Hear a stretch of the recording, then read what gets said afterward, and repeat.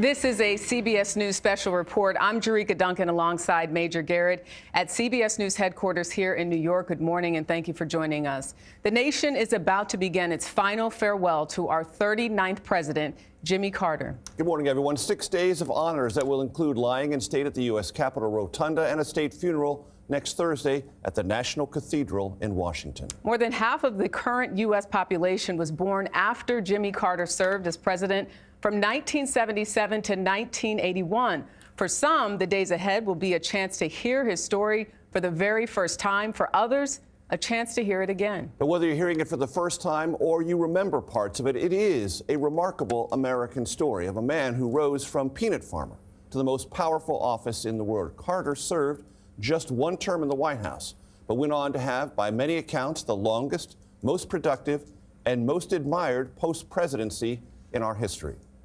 That's right. The Jimmy Carter story began in the little town of Plains, Georgia, and ended there when he died last Sunday at the age of 100. Carter is survived by his 4 children, 11 grandchildren, and 14 great-grandchildren. He was preceded in death by his wife, Rosalind, who passed away in November of 2023. They were married for 77 years. And the Plains area is where his farewell will begin. The longtime friends and neighbors who called him not Mr. President, but Mr. Jimmy, will lead the nation in paying their respects. Mr. Carter's remains will be carried by hearse from Phoebe Sumter Medical Center in nearby Americus, Georgia. His former Secret Service agents will serve as pallbearers. The hearse will then make the final trip to Carter's boyhood farm. Today is the first day of funeral services honoring Carter. This will be the first time we will see Carter's family and his casket. After this morning's event in the Plains area, the motorcade then heads to Atlanta. On Tuesday, Carter departs the Carter Center one last time to travel to Washington, D.C., where he will lie in state at the U.S. Capitol. Then Thursday, a funeral will be held at Washington National Cathedral, followed by a private funeral in Plains. In 2018, CBS Evening News managing editor and anchor Norah O'Donnell sat down with former President Jimmy Carter, and they discussed what he thought about how he hoped to be remembered. Take a listen. How do you want to be remembered? Well, but my family, I hope I could be remembered as a good great-grandfather and a good grandfather and a good father. By my wife, I hope I could be remembered as a good husband. But in politics, as a champion of peace and human rights, I was lucky enough to keep our country at peace for the 4 years that I served, and we were, I think, looked upon as a champion of human rights then. So that's the two things I guess politically speaking of it, I'm proud of. And as you can see, agents representing the United States Secret Service, part of President Carter's post-presidency detail there at the hearse, paying their respects and placing it inside. Only on CBS News this morning, we are joined by Douglas Brinkley, presidential historian and author of The Unfinished Presidency, Jimmy Carter's Legacy Beyond the White House. Doug, your thoughts this morning as we begin this 6-day national process of honoring, remembering, and heralding the 39th president? Well, it's so fitting that we're beginning in Plains, Georgia. I mean, this little hamlet, as he would call it, meant everything to him. And it really represents Carter's whole way of looking at the world. First off, Christ in his heart. And the part of the scripture that he cared the most about was the Good Samaritan, being the good neighbor. Pull together if somebody's in need, get to know the names of the people, not just in Plains, but Americus and other nearby towns. Next, he loved his ancestry. When he was in the White House, the Latter-day Saints sent him his detailed ancestry. And no sooner did he get out of the White House than he started pulling it all together. And then he invited hundreds of Gordys and his mother's side and Carter's all to meet and talk about their genealogy. And he went all over Georgia looking at the gravestones of former ancestors, and it spurred him to even writing a book about the American Revolution in Georgia, because everybody thought the Revolutionary War only was fought in Concord or Lexington or up north, but Georgia paid quite a cost in the Revolutionary War also. And such an intellect, having written over 30 books, so really interested in history, knowing where he came from. I want to turn now to Chief Election and Campaign Correspondent Robert Costa. Robert, you spent some time in Plains, Georgia, where President Carter spent most of his life. Good to be with you, and we're watching the late president's casket right there on screen, a moving moment for the country, and fascinating to hear from our friend, the historian Douglas Brinkley, who's there with you. Doug Brinkley, as he and I have often discussed over the years, he went down to Plains, Georgia countless times to speak with former President Carter, as did many reporters, to go see him teach Sunday school at Maranatha Baptist, to see him in that small town. But what's so interesting about Jimmy Carter is that while he returned to Plains, Georgia after the presidency, returned to his hometown, and that town, that small town in southern Georgia, embodied his spirit, he was also a man of the world throughout his presidency, his pre-presidency, a naval officer, and his post-presidency. He had Plains as his base, Plains as his soul, politically and in other ways. But he was always engaged in human rights, in seeking peace, in traveling and going to Atlanta, to going to Asia and Europe to solve issues like the Guinea War. And so you see in the legacy of Jimmy Carter, this spirit of Plains, which is plain-spoken, Southern, unpretentious, but also this ambition to work his will on some of the core issues of our time. Our Nicole Killian is also with us. And just to update you on what you're seeing, the hearse is waiting because the Carter family, in many numbers, is assembling in adjacent vehicles. And when they are all assembled, then the process will begin. Nicole Killian, your thoughts, please.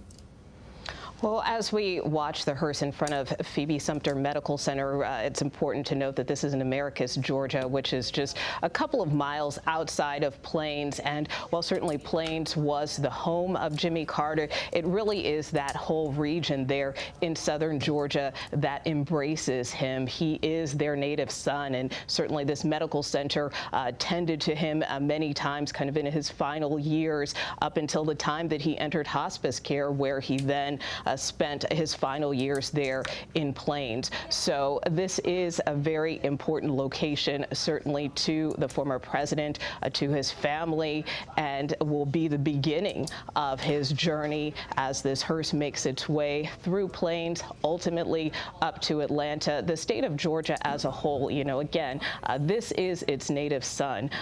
President Jimmy Carter is the only president to represent the state of Georgia. So this is a very painful goodbye for those locally, those in the state, but also nationally as well. And while certainly President Carter has a mixed record, I think for the most part we have heard in the outpouring of tributes over the past several days that people remember him as this humanitarian, as someone who was Christ-centered, and as someone who really cared about people. And I think we will continue to see that in the outpouring of tributes as this memorial procession makes its way through the state, and ultimately as the president makes his way here to the nation's capital in the coming days. Yeah, Nicole, it's important too to note the former Secret Service agents are the ones that have their hand on that car. You can only imagine what they must be thinking and feeling, knowing that this moment would come. But they spent so many years and really got to know the former president there. Senior national correspondent Mark Strassman is in Plains, and I know he spoke to the family pastor this morning. Mark, what more can you tell us? Hey, Jericka, this is Church Street, downtown Plains. The people you see over my left shoulder, most of them are Jimmy Carter's friends and neighbors. They're the ones who would see him walking or riding his bike through town, and they're the ones who, as the major said, would call him Mr. Jimmy, not Mr. President. One of them is Tony Loudon, the former pastor at Maranatha Baptist Church, who was Jimmy Carter's pastor for 5 years. I talked to him last night, and he was essentially telling me what a body blow losing Jimmy Carter is to him personally, but in a larger spiritual sense, what he said is the Sunday school teacher was called home on a Sunday. And he said whenever he and Jimmy Carter got together, Carter would ask him 3 questions. Where have you been? Who have you helped? And how can I help you? That was just part of his commitment to service that lasted a lifetime. To understand Carter's improbable rise to the White House, you have to understand how small Plains really is. Even today, 540 people, 2 family-owned restaurants, no stoplights. Carter lived about a half mile from where I'm standing, and the everyday rhythms of Plains life he always found appealing, and it's one of the things I talked to his grandson Jason about just a couple of months ago. I think for a long time in my grandfather's life, he was only looking at what was left undone, right? He's one of those people who was always trying to finish, whether it was eradicating guinea worm disease or, building peace and democracy in South Sudan. Whatever project he was on, he was digging into. But I do think over the last several years, he's been able to reflect on the achievements, and both in terms of peace, but also in terms of, for example, preservation of land, the Alaska National Wildlife Refuge, those massive legacy impacts. I think he has been able to appreciate them. So this 6-day national farewell begins here in Plains, and on next Thursday it will end here in Plains. There will also be a funeral service at Maranatha Baptist Church, and then Mr. Carter will be buried about a half mile from where I'm standing on the family property next to Rosalind Carter, his wife of 77 years. Yeah, and as we watch the procession right now, Mark, you can just see people outside with their American flags. We just saw the Secret Service with their right hand over their heart as the hearse was making its way down the street here. Just a touching moment, if we can just take a listen and observe some of these pictures here.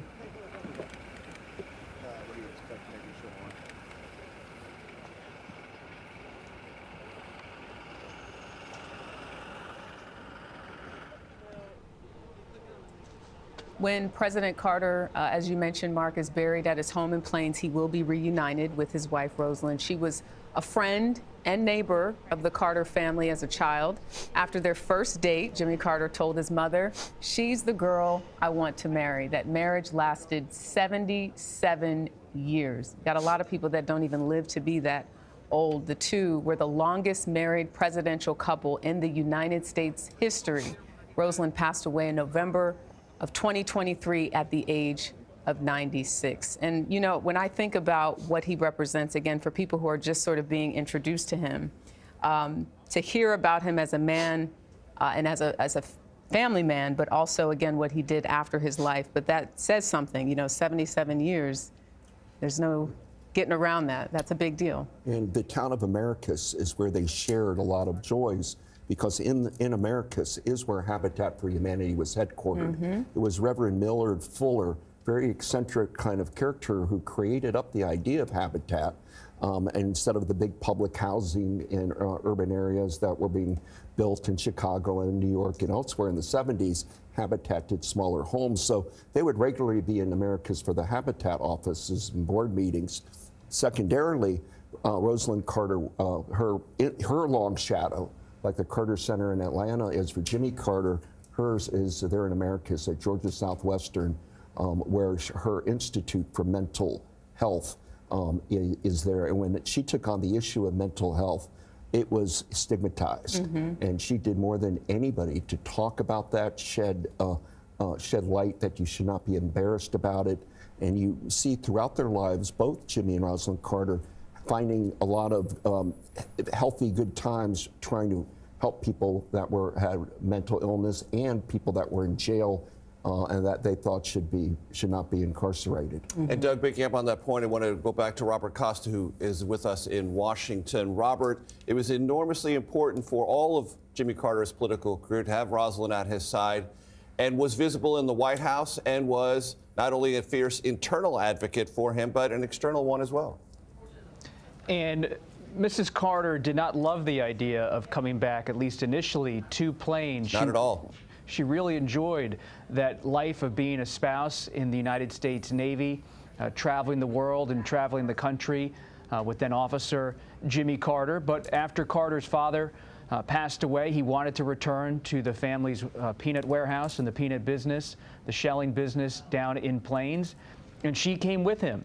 And when you talk to Carter allies, like I spent a lot of time this week with 90-year-old Jerry Rafshoon, who was one of Carter's key political advisors, that she was there at his side in 1966 when he ran and lost a race for governor against a segregationist, but he came back, encouraged by Mrs. Carter, encouraged by others to seek the governorship in 1970, and he won that race. And he famously declared in January of 1971 in his inaugural address, "The time for racial discrimination in Georgia is over." And this set off so much attention on Carter across the country. Reporters started traveling down to Plains and to Atlanta to meet this new governor who was different, represented perhaps a new South, moving away from the segregationist past. And a lot of that comes back to Plains. Carter's own mother, Miss Lillian, she was someone who had a different view on race than a lot of people in the South at a time of racism and segregation. Carter grew up with black people as part of his family community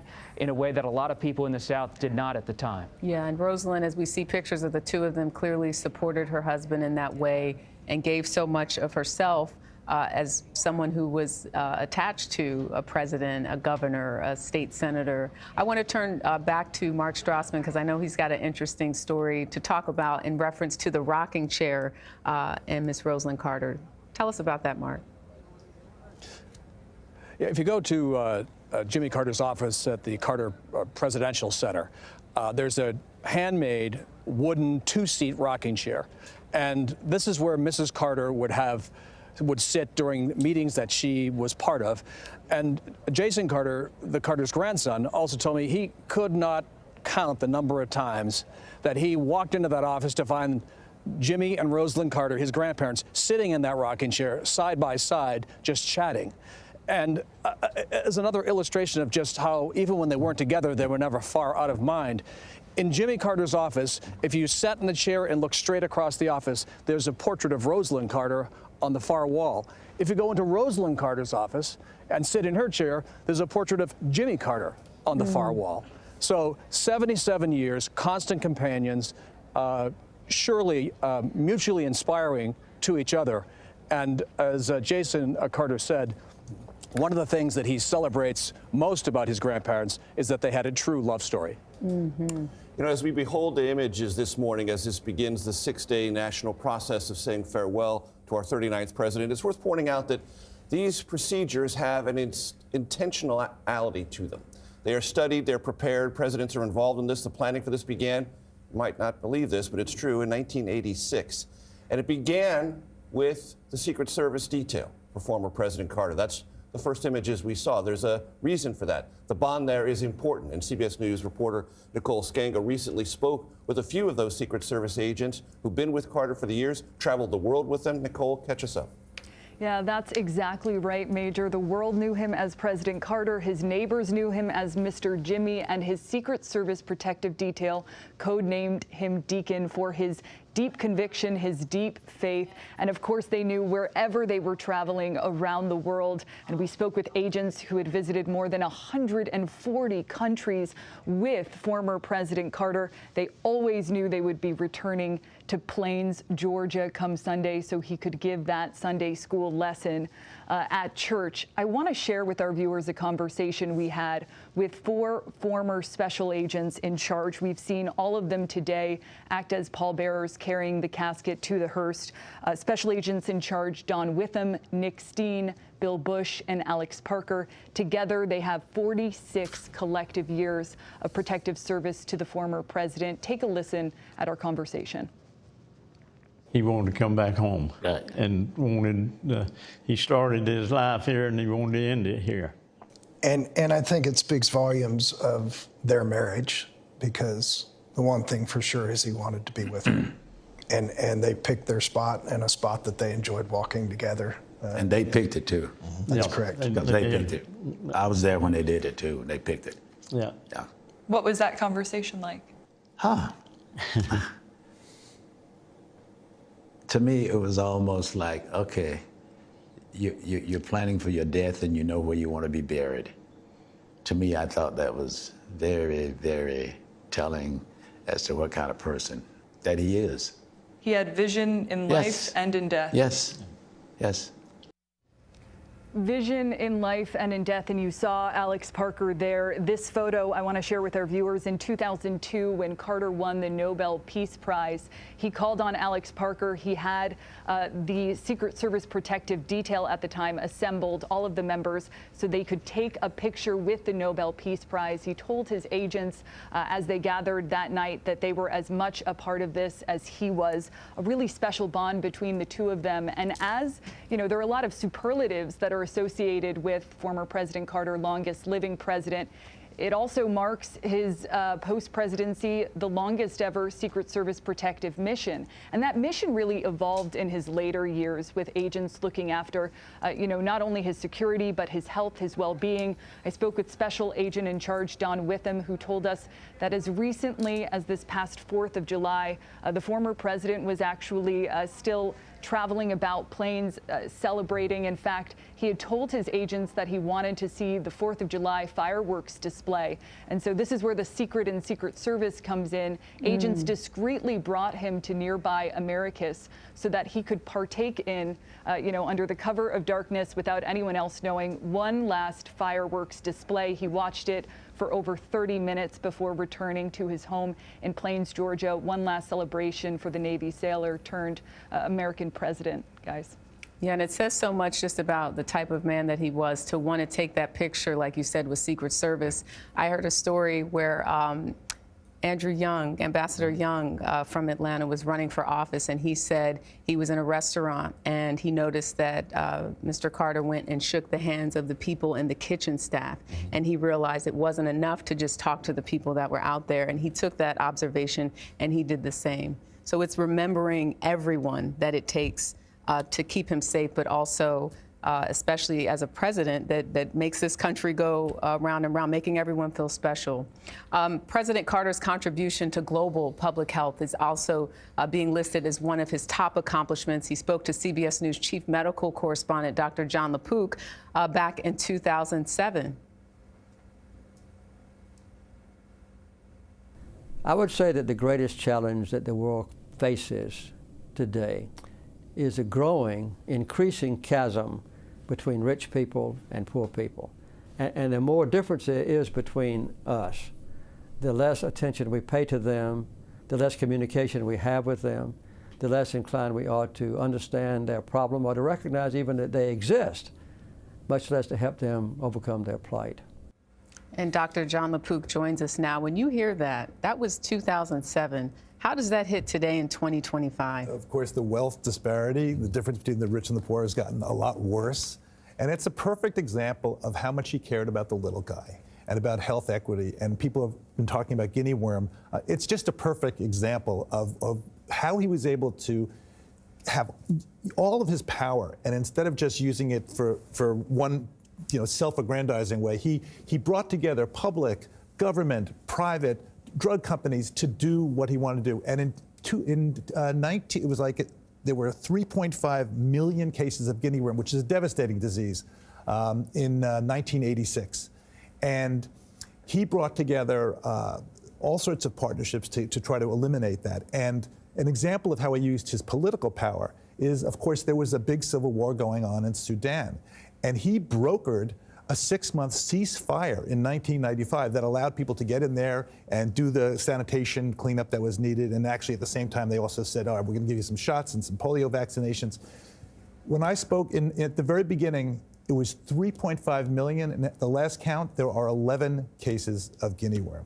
Yeah. And this is just an example. I mean, he did the same thing with river blindness, where which is another devastating disease. It's spread by a black fly, and that was just a devastating problem. And he partnered with Merck. Actually, Merck developed a drug that was able to take care of it.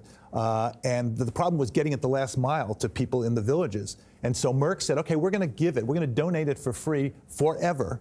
And which they have done, but they needed the Carter people in the organization and getting the community leaders to be able to get it down to the people. Yeah. And the picture you're seeing there is President Carter's boyhood home in Archery, Georgia. Dr. LaPook, I want to talk to you about something that is coincidental to the Carter presidency, but certainly very important as we think about aging Americans now. Mm-hmm. Jimmy Carter spent much of his last part of his life in hospice care, a very long period of time. Hospice care was not widely known during his presidency, but the first national conventions around that were convened during the Carter presidency, and his administration recognized hospice as something the federal government might have to reimburse in the future. Some of the things that we now take for granted, those of us who've been through the process with aging parents, started during the Carter presidency. Yeah, and you know, the fact that he went into hospice was very public about it. It was so important. I did a piece on it, and one of the most interesting things is there was a huge amount of stigma for people going into hospice. They said, I'm going into hospice, and the woman who I was interviewing, in her 90s, she said, at first I thought, oh, I guess that means that's it for me, because you're supposed to have 6 months to live. Well, of course, he went, a year and a half. Right. So it's not so much that you're saying this is the end of your life. You're saying, how can we make whatever time is left the most comfortable? And in taking away the stigma of that, in fact, Carter, she told me, she said it was President Carter going into hospice that made it easier for her to do that. Mm-hmm. And actually, interesting statistics is that people who go into hospice actually live a little bit longer. They tend to get better care, and it's all about the social environment. People, when they're isolated, they're alone, and they're in their homes. That's a huge risk factor for dementia. Social isolation. We saw it during the pandemic. Right. Yeah. So want to bring in Robert Costa in Washington, D.C. Robert, as we see the boyhood home of the 39th President of the United States, Jimmy Carter, your thoughts about not only Jimmy Carter's youth, shaped by his father and his mother, clearly in the biographies. I know Doug Brinkley knows this. His father, an imposing presence in his life, one who was stern, a taskmaster, one whose love and adoration was sometimes not as forthcoming to Jimmy Carter as a boy as he would have preferred, and that was one of the drivers in his life, not only satisfying himself, but hoping to live up to the standard his father set. And as Douglas Brinkley's great books and work on Carter show us and reveal, he, like so many of us, took qualities of both his father and his mother into his own personality. There were those steely blue eyes that could be as competitive and ruthless as anyone, but also this gentle spirit that was forged in the place like Archery, Georgia, and Plains just down the road. As a reporter for CBS, I've had the honor of going down to Archery to see this boyhood home, and we've done a feature on the boyhood home for CBS News. And whenever I talk about that trip to fellow journalists or anybody, I just tell them, you got to get down to Archery. You have to go down to Plains, because even in a time in this country that feels turbulent, historic, people have their own emotional and personal views about what's happening in the country, some embracing this time of turbulence, others unhappy about it. When you go down to Plains, you see in a nonpartisan way the specialness of the United States, that for all the racial challenges that region in this country has endured and continues to deal with on many levels, the Jimmy Carter story coming out of this tiny home, when you're walking through that home, it's small, it's on a farm, there's still chickens in that boyhood home you're seeing right there, walking around the property, and Carter and his family would have to walk a long walk into Plains to get to school oftentimes. And you see that if Jimmy Carter in this century, in the last century, was able to become president of the United States with no real connections, all because of will and how this place shaped him, it does inspire you, even if you have your own concerns about the trajectory of the United States, because it wasn't that long ago that this person who came out of this boyhood home in Archery, Georgia, was able to rise. And when you go to his school down the road, which is now a wonderful museum, and I walked around Plains with Jill Stuckey, one of his closest friends, you learn that Carter was just determined not to make it out, but to take Plains with him on his journey. That's right, and he kept it with him. You're looking at a live look right now of Plains, Georgia, as the people line the street there. We want to go down to Mark Strassman. We believe that the motorcade will be passing by him momentarily, if not already. Do we have Mark Strassman? Yes, here's the hearse now.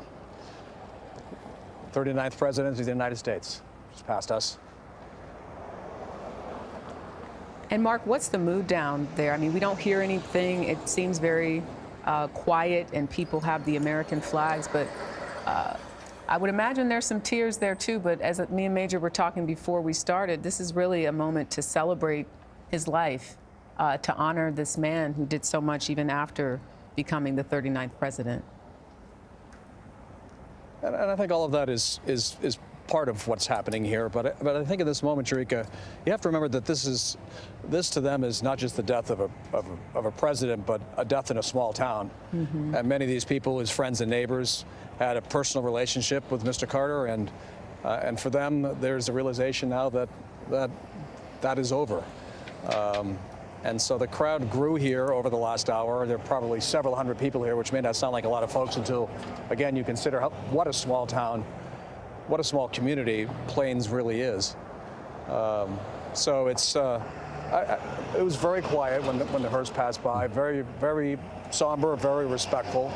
And I think in the days ahead, you're going to see some of that celebration that you talked about, Jericka, but I think in this moment, it's more just a moment of solemn reflection. And Doug, it's worth pointing out, as we talk about this small town American story, Jimmy Carter walked some of these country roads in bare feet by choice. He liked to do that. He did the kind of things that a child in America now simply cannot imagine. He was working on the farm at a very early age. He was driving a vehicle at a very early age. He was plowing fields at a very early age with a mule. He was using a knife, wielding it to kill animals for the family consumption. He was living a deeply rural, involved, able life as a child. With no electricity, and they used to have to use what they call slop buckets for going to the restroom.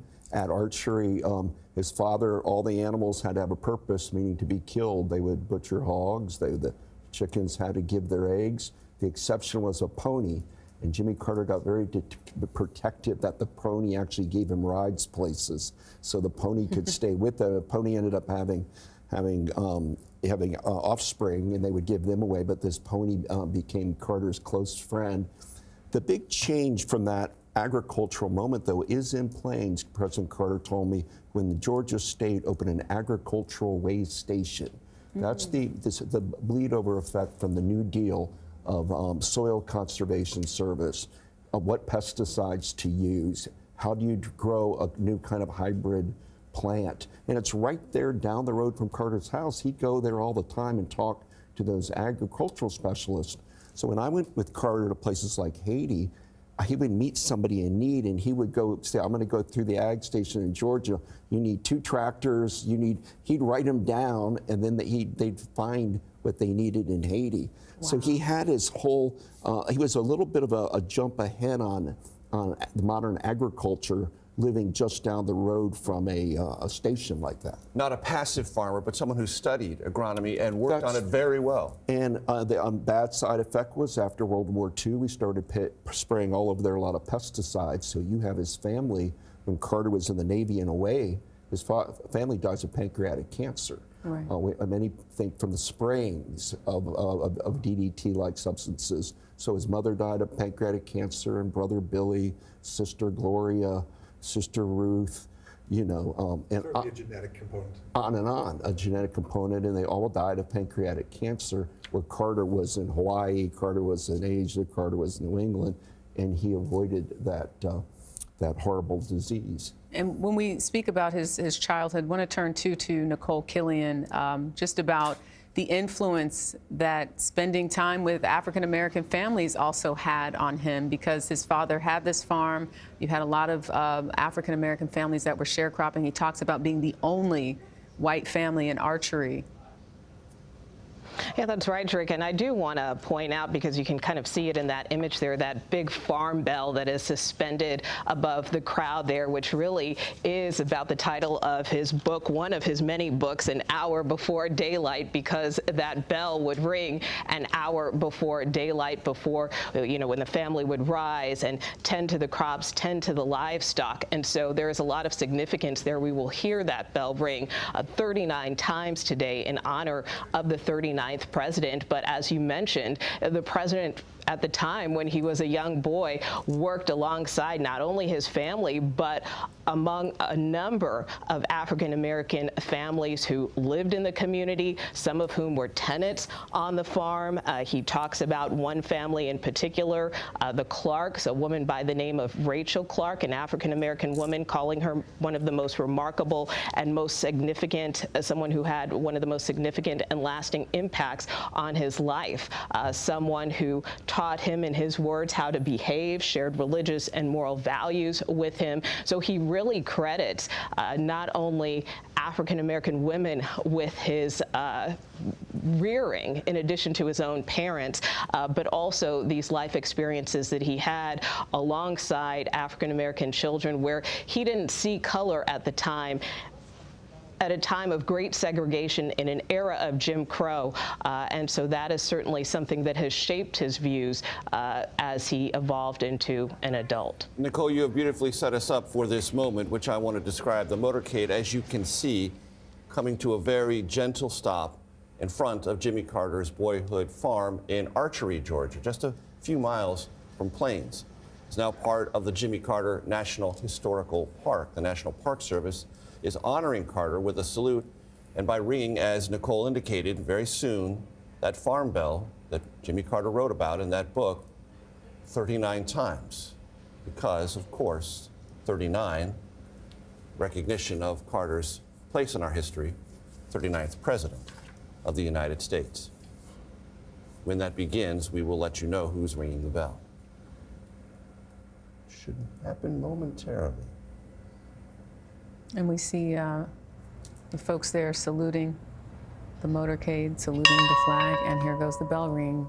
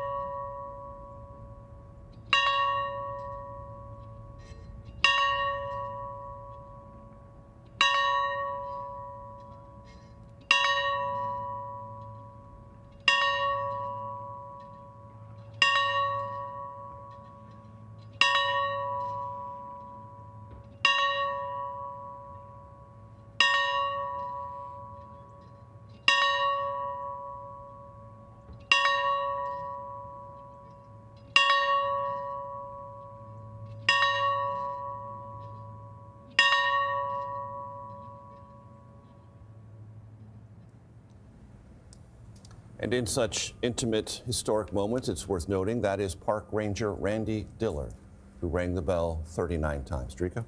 The late president is now officially on his final journey to Atlanta. That's where we find CBS News correspondent Skylar Henry at the Carter Center. The former president's casket is scheduled to arrive there later this afternoon. Skylar, good morning. Hey, Jericka, good morning to you. 140 miles, that is the distance between Plains and downtown Atlanta, where we will see that motorcade stop at the state capitol here in the city, symbolizing his ascension, if you will, politically speaking, from state senator and governor. He will be greeted by the current governor, Brian Kemp, along with the mayor of Atlanta, as well as other top state officials, before making his way here to the Carter Center, where there will be a private service here that is set to kick off at around 4 o'clock today. And as it goes, as the story goes, this is a place that came to the president in a dream. He said that he did not want this place to be simply a monument to him. He wanted it to be a working facility where he could host world leaders and also look to do other things around the globe, whether that mediating conflict conflict around the world are looking to push forward as it relates to solving health issues and humanitarian crises around the world. And since 1982, this has been a beacon in so many ways of that. In fact, the people that we spoke with here, the staff and volunteers who run this place, have all talked about the work that the Carters have done and how intimate they were with that work.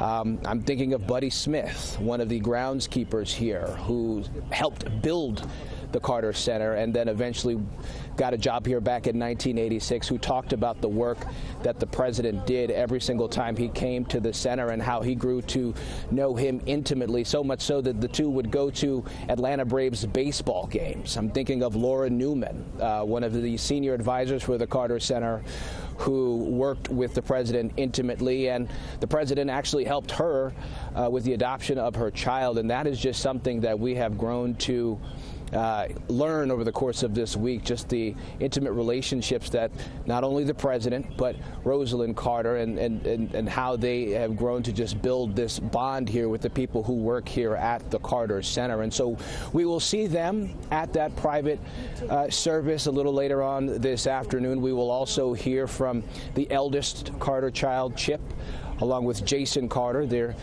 grandchild, as well as several others from the Carter Center, including the CEO, Paige Alexander. We will also then see a series of hymns and performances from the Morehouse College Glee Club, as well as others, as they look to reflect and remember the life and legacy of the 39th president. Skylar Henry, thank you very much. So as the motorcade moves away from that bell that we just heard ring in the early morning, clarion sound suggesting, underlining, it's not just a bell. The 39th president, to make sure that was abundantly clear, painted his own version of that farmhouse bell in 2003.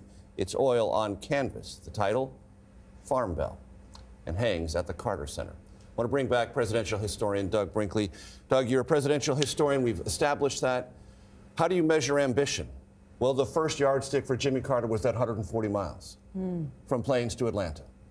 Well, and at an early age, he learned to be a cross-country runner, do marathons. He was really good at it during his Navy years. He was driven like nobody's business, and he really believed that his integrity mattered incredibly. I once went into the Americas Public Library just to look at local histories, and I saw a document Jimmy Carter wrote, taping a dime on it. He had gone into the local library, wanted to Xerox something, didn't have a dime, borrowed a dime from a librarian there, and here it is, 4 days later, he scotch tapes the dime to return it to who had loaned it to him. I once was with him driving between Plains to Atlanta. We stopped at a roadside cafe for catfish lunch, and I ordered that with a Coke, and he ordered a Coke, and the waitress, so nice, said, well, I'm sorry, we only have Pepsi. And he just glared at her and said, then bring me water. Because Coke was the big Atlanta, big Georgia company that helped Democrats, that helped him. Charles Kerbo worked with Coke and the whole bit. So he could be very stubborn in those kind of ways. And then and there's no way to catapult himself to the White House without becoming governor of Georgia. No, and the run for governor was disappointing when he landed. He felt devastated in 1966, losing. And that's when he has that moment in North Carolina with his sister Ruth and has a spiritual experience talking about God and Christ and always remaining a believer. And he came at things in 70 with a different kind of gusto. He had a man named David Rabahan, the only Jewish entrepreneur in Georgia with an office in Dr. King's Southern Christian Leadership Conference. And he had a private plane. So he would drop and go and take Carter to the Okefenokee Swamp or downtown Valdosta. Eventually Carter had to cut him go because he didn't want to see like he was overusing the plane. Carter was known for aggressiveness. If you look at why he won or did well in Iowa caucus in 76, and then in New Hampshire, he banged doors, shook hands, bang, bang, met everybody, this kind of nonstop determination to humanize our politics. And he had enough friends, the Peanut Brigade, from where we're looking at, Atlanta to America's Plains Belt, often led by John and Betty Pope, his closest friends who are now deceased. But they would deliver, and when you go door to door and saying, I want you to vote for Jimmy Carter, I know him, coming from Georgia, it had a power. And he did it all with a smile. Yes. People believed him, and he was the right man at that particular time. Douglas Brinkley, thank you so much, Dr. John LaPook. Our coverage of the state funeral of Jimmy Carter will continue on CBS News 24/7, your local news, and tonight on the CBS Weekend News. We'll be back this afternoon in our streaming platform, CBS News 24/7, with the service at the Carter Center Presidential Library. This has been a CBS News Special Report. I'm Jericka Duncan with Major Garrett. We thank you for watching.